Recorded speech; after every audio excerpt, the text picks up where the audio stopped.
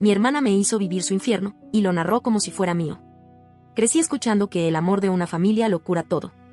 Que no importa cómo llegues a una casa, si es por nacimiento o por elección, porque lo que importa es que te quieran. Yo quise creerlo. Me aferré a esa idea como se aferra un náufrago a una tabla en medio del mar.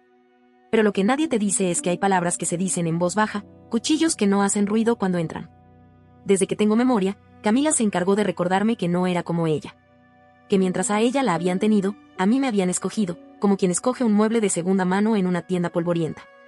Mis padres trataban de equilibrarlo todo, nos trataban por igual, o al menos eso intentaban. Pero lo que pasa detrás de las puertas cerradas, cuando nadie escucha, es otro cuento. Solo te trajeron porque la agencia tenía una oferta de 2 por 1, me susurró una vez Camila, mientras nos lavábamos los dientes, como si fuera un dato curioso. Yo tenía 8 años cuando llegué a esta casa. Camila tenía 6. Según mis padres, fue amor a primera vista, dijeron que cuando me vieron en la agencia de adopción, sintieron algo como una certeza. Que yo era la pieza que faltaba. A veces me lo repetían, con ternura, con orgullo.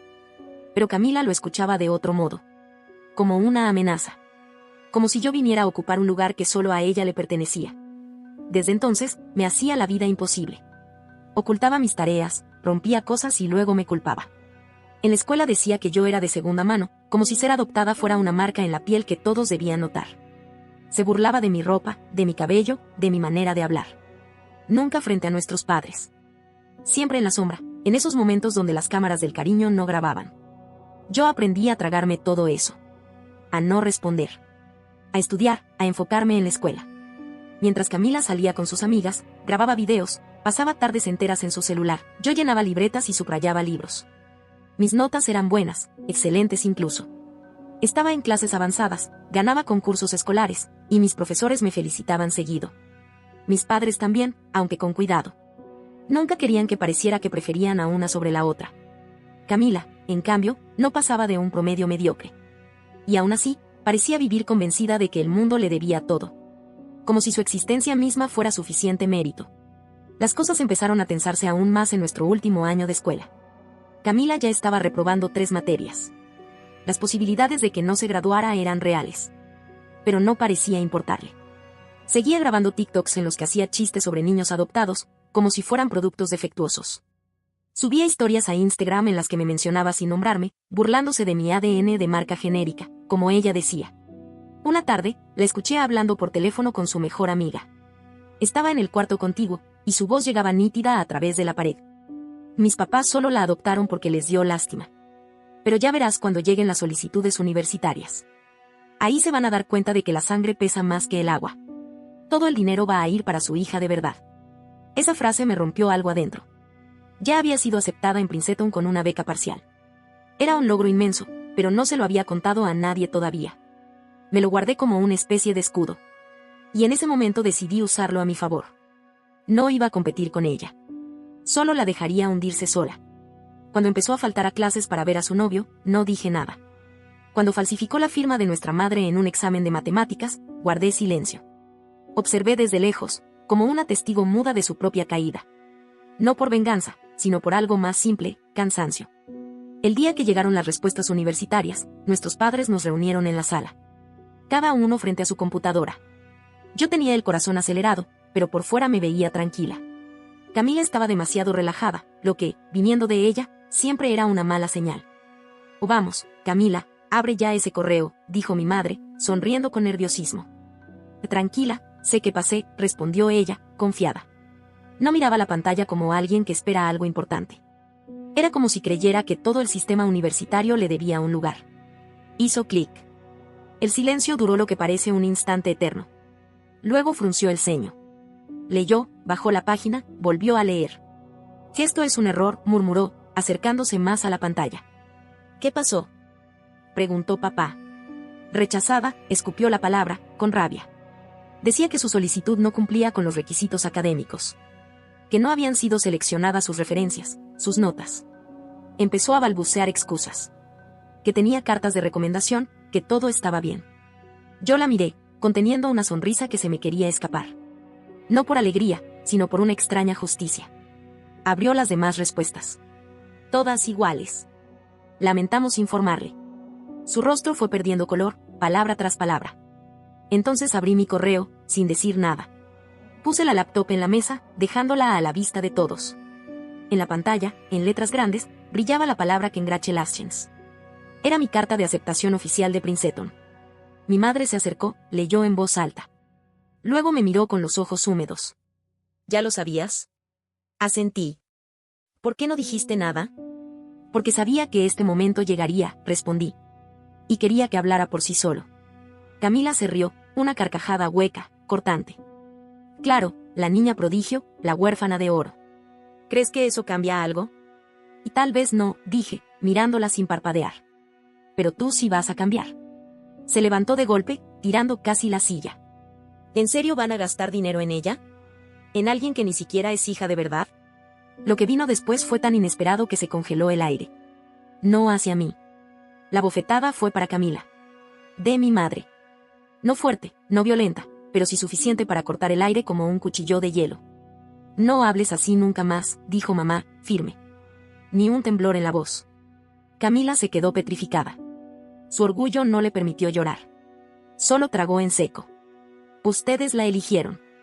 Siempre la eligieron. A mí solo me tuvieron porque era fácil. A ella la compraron. Papá intentó acercarse. Ella se apartó, como si le quemara el contacto. Subió corriendo las escaleras, y el portazo retumbó por toda la casa. Esa noche no bajó a cenar. Tampoco al día siguiente. Su cuarto quedó cerrado, el Instagram en silencio, el plato de comida sin tocar. Pero lo peor no fue eso. Lo peor llegó 2 días después. 2 días después, la directora del colegio envió un correo a mis padres. Camila había sido denunciada por plagio en 2 trabajos. Uno de los profesores tenía pruebas sólidas, capturas de pantalla, coincidencias exactas con sitios web, textos calcados. La escuela iba a iniciar un proceso disciplinario formal. Si se comprobaba, Camila podría ser inhabilitada para graduarse. Papá no dijo nada durante horas. Se quedó en el porche, mirando el celular, sin mover ni un músculo. Mamá lloró en el baño. Yo, en cambio, subí a mi cuarto en silencio. Y por primera vez, no sentí pena. Ya no. Camila construyó ese mundo. Uno donde cada palabra suya era un golpe, cada gesto una trampa. Yo solo dejé que ese mundo colapsara solo. Y ahora ella estaba atrapada dentro de su propia mentira. Pero la conocía. Sabía que no se iba a hundir en silencio. Camila no sabía perder. Era como un animal herido, y los animales heridos no huyen, atacan. 3 días después, la encontré sentada en la cocina como si nada hubiera pasado. Llevaba el cabello mal recogido, los lentes oscuros puestos aunque era de noche, y revolvía su cereal con la cuchara como si eso fuera lo más normal del mundo. ¿Te gustó el show?, preguntó sin mirarme. ¿Ya le contaste a la escuela también, o quieres que yo me entregue en bandeja de plata? Y ni siquiera tuve que decir nada, respondí, tomando una manzana del frutero. Te enterraste sola. Sonrió. Pero no era una sonrisa humana. Era una mueca torcida, la clase de gesto que uno vería en un espejo roto o en una película que termina mal. ¿Crees que ganaste, no? Esto no es una competencia. Claro que lo es, dijo, alzando la voz. Siempre lo fue. Pero ganaste porque nadie espera nada de quien vino de la basura. No respondí. No porque no me doliera. Sino porque entendí que eso era lo que quería. Quería una reacción, quería que sangrara. Pero lo que verdaderamente dolió fue mirar hacia el pasillo y ver a mamá, inmóvil, escuchando cada palabra. Cuando Camila se dio cuenta, su cuchara se cayó de la mano. Y si eso es lo que piensas de tu hermana, dijo mamá, sin acercarse, tal vez tengas que replantearte más que tus calificaciones. Camila no soportaba ser ignorada. Y esa indiferencia fue el primer golpe de verdad. No gritó. No lloró. Solo subió a su cuarto y se encerró. Pero la tensión no se fue. Solo se volvió más espesa. La escuela no tardó en decidir. Suspensión indefinida mientras duraba la investigación. Podía no graduarse. Podía perderlo todo. Esa noche escuché ruidos desde su cuarto, sollozos ahogados, objetos cayendo, golpes sordos contra la pared. Luego, solo silencio. La semana siguiente, descubrí algo extraño en mi celular, un aviso de intento de acceso con mi contraseña, a las 3 de la mañana. Alguien intentó entrar a mi email. Y no era casualidad. Fui a su cuarto sin tocar. La confronté. ¿Le entraste a mi correo? ¿Crees que soy idiota?, dijo. Dejaste la laptop desbloqueada. ¿Tocaste mis cosas? Tú te metiste en mi vida. Solo estoy devolviéndote el favor. Hubo un segundo de pausa. Un silencio denso. Fue como si en ese instante aceptáramos lo que éramos, no hermanas, no enemigas. Algo más crudo. Dos espejos opuestos, reflejando los peores gestos de la otra. Y entendí que esa guerra ya no era solo suya. Era nuestra. Así que empecé a protegerme. Guardé capturas de pantalla, guardé conversaciones, anoté fechas. Registré cada pequeño sabotaje. No para usarlo. Aún no. Pero como escudo. Ella se volvió más sutil, y eso es lo que hace que ciertas personas se vuelvan peligrosas, cuando su rabia se convierte en método. Empezó a sembrar pequeñas dudas en mis padres. Comentarios al pasar. Preguntas disimuladas. ¿Ha notado que Isadora se está aislando mucho últimamente? Tal vez esté sobrecargada, ¿no creen? Al principio eran solo gotas. Pero el veneno funciona así. Lento. Invisible. Mi madre empezó a preguntarme si todo estaba bien. Mi padre me sugirió que bajara un poco el ritmo de estudio. Un domingo, los dos me sentaron en la sala para hablar. Solo queremos saber si estás feliz, dijo papá, con voz suave. Has estado muy cerrada últimamente. Que esto viene de ella, ¿verdad? Se miraron entre ellos. Y ese silencio fue la respuesta. Esa noche dejé la laptop abierta en mi cuarto a propósito. Un anzuelo. Envié desde mi cuenta un correo falso, dirigido a mí misma, con una historia inventada, que había sido suspendida por hacer trampa en un simulacro. Lo dejé visible, abierto. A la mañana siguiente, mi profesor de cálculo me llamó. Recibimos un correo anónimo, dijo, incómodo. Te acusan de copiar en el último examen. Fingí sorpresa. Pero por dentro, todo estaba claro. El correo anónimo había sido enviado desde la misma IP que intentó acceder a mi cuenta días antes. Y tenía pruebas. Guardadas. Ordenadas. Llevé todo a la dirección. Capturas, registros, incluso un video de seguridad del pasillo donde se veía a Camila entrando a mi cuarto en la madrugada. La reacción fue inmediata.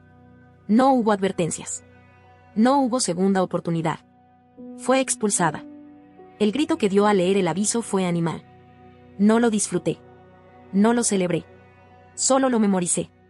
Fue el rugido de alguien que entendió que ya no le quedaban máscaras. Intentó culpar a todos. A la escuela. A los profesores. A mí. A nuestros padres. Pero ya no había nadie para sostener sus versiones. Todo había caído. Al día siguiente, cuando bajé a desayunar, vi su maleta en la entrada. O va a quedarse con la tía Estela por ahora, dijo mamá, con la voz rota. Hasta que decidamos qué hacer. ¿Todavía es mi hermana? Pregunté. No me respondió. Solo me abrazó. Fue un abrazo extraño. Cargado de algo que no supe identificar. No era consuelo. Era miedo. Cuando el auto de la tía arrancó, Camila iba en el asiento trasero. Me miró por la ventana. Y sonrió. Pero no era una sonrisa de derrota. Era otra cosa.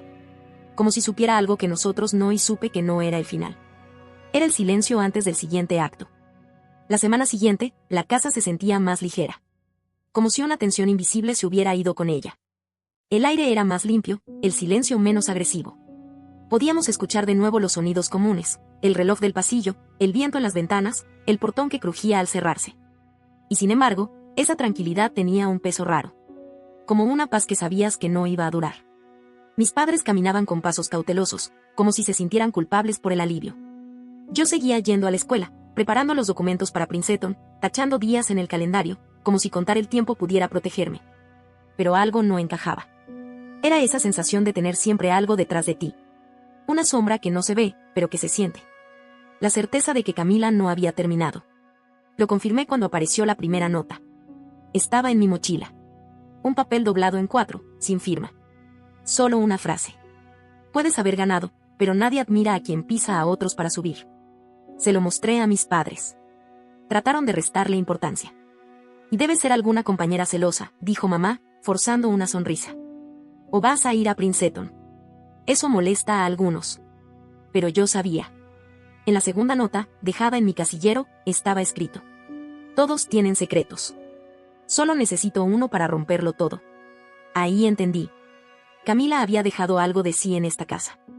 Como si incluso lejos pudiera mover los hilos. No tenía que estar presente para manipular. Tenía gente que todavía la defendía. Un grupo pequeño, pero ruidoso. Voces que la veían como una víctima. Entre ellos, Ramiro. Su exnovio. o tal vez nunca dejaron de serlo. El martes siguiente lo vi apoyado en la pared de la escuela. Me estaba esperando. ¿Puedo acompañarte a casa?, me dijo, con esa sonrisa ensayada que siempre me pareció falsa. No. Solo quiere hablar, insistió. Está arrepentida. Creo que deberían intentarlo, arreglarlo. ¿Tú crees? ¿O ella te mandó a creer? Se encogió de hombros. Y ganaste, ¿ok? Todos lo saben. Pero igual, no sé, está mal. Seguí caminando. Sin mirar atrás. Pero esa misma noche, supe que habían entrado a mi cuarto. Nada robado. Nada roto. Todo estaba ahí. Solo, diferente. El armario revuelto. Mi ropa doblada de otra manera. Y en la cama, abierto, estaba mi cuaderno sobre Princeton. En una página, meses atrás, había escrito mis dudas, que a veces me sentía impostora, que tenía miedo de no estar a la altura. Que no sabía si ese mundo era realmente mío. Ahora había una nota pegada ahí. Va a ser hermoso cuando todos descubran que la chica perfecta se está desmoronando por dentro. Me quedé sentada en el borde de la cama, con la nota entre los dedos. Y entendí. No estaba intentando solo herirme. Estaba construyendo una historia. Quería convertirme en ella. Volver mi vida una versión invertida de la suya. Fui con mis padres. Les dije que alguien había entrado a mi cuarto. ¿Estaba segura de haber cerrado con llave?, preguntó papá. ¿De verdad creen que me lo estoy inventando? Mamá intentó abrazarme. Me alejé. Ella todavía está aquí, dije, aunque no esté. Y ustedes siguen actuando como si fuera una fase. No lo es. Es peligrosa. No dijeron nada. Esa noche cerré mi puerta con llave. Escondí mis notas. Cambié todas mis contraseñas. Dejé mi celular grabando en modo silencioso, apuntando a la puerta. Nada pasó en la madrugada, pero al día siguiente, revisando el video, vi algo. A las 2:43 de la mañana, la luz del pasillo se encendió. El picaporte de mi cuarto giró 2 veces. No logró abrirse. Luego, la luz se apagó. La piel se me puso fría. Mostré el video a la directora, y luego a mis padres. Todos guardaron silencio. ¿Y crees que fue ella?, preguntó mamá. Si no fue ella, respondí, entonces hay alguien peor. El sábado recibimos una llamada de la tía Estela. No hubo preámbulo. Ya no está aquí, dijo. Salió anoche. Dijo que iba a caminar un rato. Dejó el celular. Llevó algo de dinero. No ha vuelto. Papá dejó caer el teléfono sobre la mesa. Mamá se sentó en el suelo, con la mirada perdida. Yo cerré los ojos. Porque ya lo sabía. Camila estaba suelta. Y esta vez, no tenía nada que perder. Durante las primeras 24 horas, mis padres hicieron lo que se suponía que tenían que hacer. Llamaron a la policía, a hospitales, llenaron formularios de desaparición. Pero evitaban decir lo que realmente sentían. Miedo. No por lo que pudiera pasarle, sino por lo que ella podría estar haciendo. Papá cambió las cerraduras. Mamá revisaba la puerta principal cada hora. Yo empecé a mirar por encima del hombro incluso dentro de casa, como si ella pudiera salir de alguna grieta en la pared. En la escuela, el ambiente era espeso. Algunos sabían. Otros solo intuían. Había miradas nuevas, miradas que me juzgaban sin palabras. Ramiro me miraba como si supiera algo que yo no y esa sensación se volvió una carga más. El martes, encontré mi casillero rayado. Quien sube pisando, cae sangrando. Lo reporté. Lo limpiaron. Nadie se hizo responsable. Nadie dijo nada. Pero esa noche, papá durmió con un cuchillo de cocina al lado. Mamá trabó su puerta con una silla. Y yo no dormí. Camila se había vuelto más que una persona. Era una presencia. Como un virus que infectaba todo. Las palabras, las miradas, el aire. Y lo peor es que todos sabíamos lo mismo, aunque nadie se atrevía a decirlo. Camila era capaz de cualquier cosa. Y lo demostró una semana después, en mi graduación. Una semana antes de la ceremonia, la directora me llamó a su oficina para informarme que daría el discurso principal como alumna destacada. La chica que fue aceptada en Princeton. La que superó todo. Sonreí, agradecí, asentí, aunque en mi cabeza solo podía escuchar una pregunta. ¿Y si ella aparece? La noche anterior al evento recibí un correo de la escuela. Asunto, versión final del discurso. Venía con un archivo adjunto. Lo abrí y casi se me paraliza el corazón. Ese no era mi texto. Era una especie de manifiesto. Una carta pública firmada con mi nombre, pero no escrita por mí. Decía que había saboteado a Camila desde niñas, que yo esparcí los rumores, falsifiqué pruebas, manipulé a nuestros padres, que me escudé en el papel de huérfana adoptada para esconder mi ambición. La última frase era un puñal. Tal vez sea cierto que la sangre no hace a la familia, pero a veces, la sangre es lo que gotea cuando cae la máscara. Salté a mi laptop. Busqué el documento original. Nada. Eliminado. Revisé mis respaldos. Todos vacíos. Las copias en la nube, desaparecidas. Incluso mi cuenta de correo había sido alterada. ¿Cómo lo hizo? No lo sabía. Pero el sello era suyo. Fui de inmediato a la dirección. El equipo técnico confirmó que el archivo había sido enviado desde mi cuenta, pero la IP no coincidía con mi ubicación. Alguien había entrado. Alguien con acceso. Y el único que podía tenerlo era Ramiro. Él trabajaba en la biblioteca. Tenía claves, usaba las computadoras del colegio, conocía mis horarios. Me sentí invadida, violada. Como si me hubieran arrancado las palabras de la boca y las hubieran usado para destruirme. Me permitieron rehacer el discurso. Prometieron revisarlo ellos mismos. Solo fue un susto, dijeron. Pero sabían. Todos sabíamos. Camila estaba más cerca que nunca. El día de la ceremonia, mamá me ayudó a ponerme la toga. Sus manos temblaban. Pero su sonrisa se mantenía firme. Llegaste hasta aquí, me dijo. Nadie puede quitarte eso. En el auto, papá no dijo nada. Ni una palabra. Pero su mirada iba constantemente hacia el retrovisor, como esperando ver algo, o a alguien, que no quería nombrar. Llegamos temprano. La escuela había aumentado la seguridad. Revisaban mochilas, pedían identificaciones. Pero no hay protocolo que detenga a un fantasma. El auditorio estaba lleno. Sillas blancas, flores falsas, y un perfume dulce y barato flotando en el aire. Todo sonaba a celebración, pero se sentía como un juicio. Cuando dijeron mi nombre, subí al escenario. Cada paso me pesaba como si cargara con años enteros. Llegué al podio, tomé aire, y comencé. Buenas noches, dije, y mi voz sonó más fuerte de lo que esperaba. Estamos aquí para celebrar. Para reconocer que llegar hasta este punto es una victoria, incluso si nadie más lo ve así. Hablé de lo que es crecer con alguien que quiere borrarte. De lo que cuesta construir un lugar en una casa donde siempre te hicieron sentir invitada. No mencioné nombres. No señalé culpables. Pero cada palabra era una respuesta. La miré. Al fondo. En la última fila. Gorro oscuro. Lentes. El cabello recogido. Pero la habría reconocido incluso dormida. Camila. No parpadeaba. No se movía. No sonreía. Era como una estatua. Una que esperaba una chispa. Terminé el discurso. La gente aplaudió. Pero cuando busqué de nuevo esa última fila, estaba vacía. Fui escoltada a los bastidores por 2 guardias. Por prevención, dijeron. Y ahí, sobre la mesa, había un sobre. Mi nombre, escrito con una caligrafía cuidadosa. Adentro, una foto. Yo, de niña, dormida en mi cama. En la esquina, una figura apenas visible, envuelta en sombras. Un pañuelo al cuello. Camila. En el reverso, con tinta roja, una frase. La casa no es tuya. Nunca lo fue. Y yo todavía tengo la llave.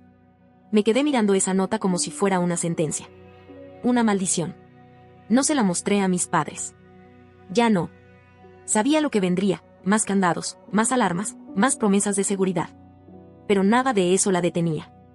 Ellos todavía pensaban que ella era una chica en crisis.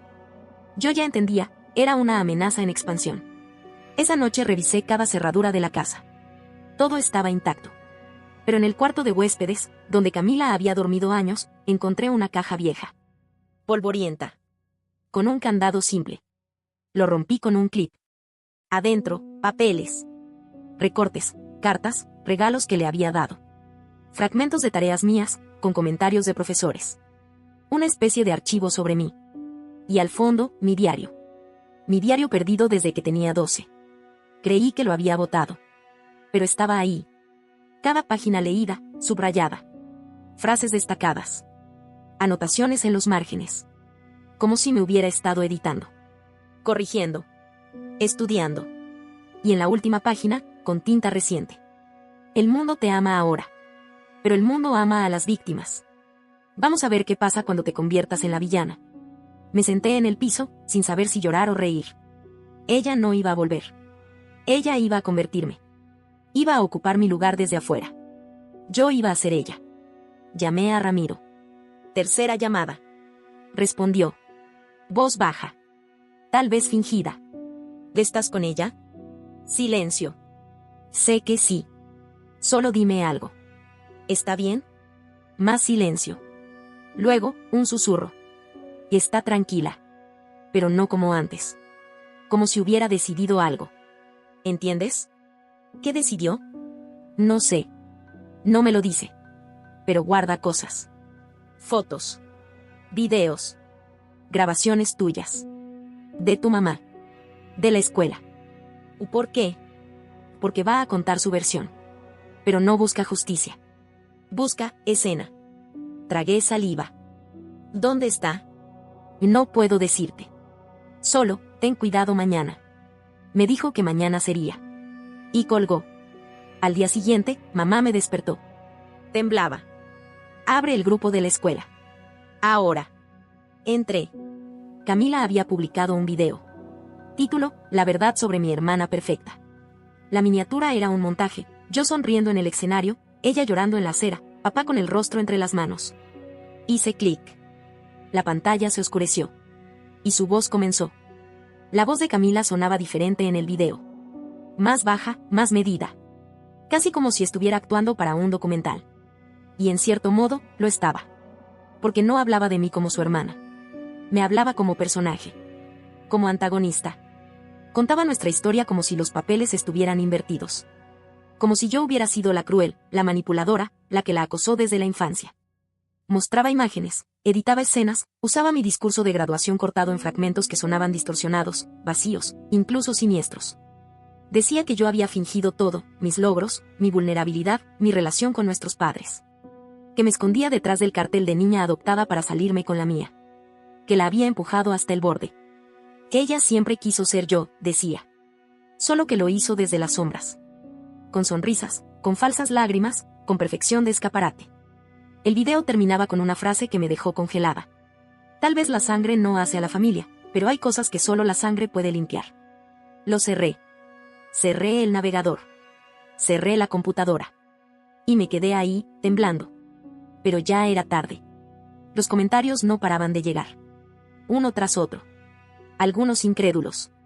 Otros crueles. Wow, nunca pensé que fuera así. Todo encaja, la chica perfecta parece bien falsa en ese discurso. Adoptada y encima manipuladora. ¡Qué peligro! Papá entró en la sala con el rostro rojo. Vamos a demandar. Vamos a llamar a la policía. Vamos a bajar esto. Mamá estaba sentada. Lloraba. Pero no era llanto de rabia. Era de derrota. Como si algo se hubiera roto que no sabía cómo arreglar. Yo no dije nada. Porque lo entendí de golpe, Camila ya había ganado. No en la justicia. No en el perdón. Pero en lo que quería de verdad, desdibujarme. Convertirme en su sombra. En su eco. Dejarme en su lugar. Ese día fue un torbellino. Me suspendieron de la escuela mientras duraba la investigación. Aunque era el final del curso, había reputación en juego. La administración tenía miedo. En internet, la gente debatía como si fueran jurado. En la calle, sentía las miradas. Algunas me evitaban. Otras me seguían. Yo caminaba como si llevara una piel prestada, como si ya no supiera quién era. Esa noche, recibí un mensaje de un número desconocido. Ahora sí somos hermanas de verdad. Duermes con miedo. Te despiertas dudando de quién eres. Bienvenida a mi mundo. Con amor. Camila. Y por más que quisiera odiarla, por más que deseara borrarla de mi cabeza, había una verdad que no podía negar. Camila ya no necesitaba estar aquí para atormentarme. Ya había entrado. Por la puerta principal. Con la llave que, al final, siempre fue suya. No olvides dejar tu opinión en los comentarios, dejar tu like y compartir este video.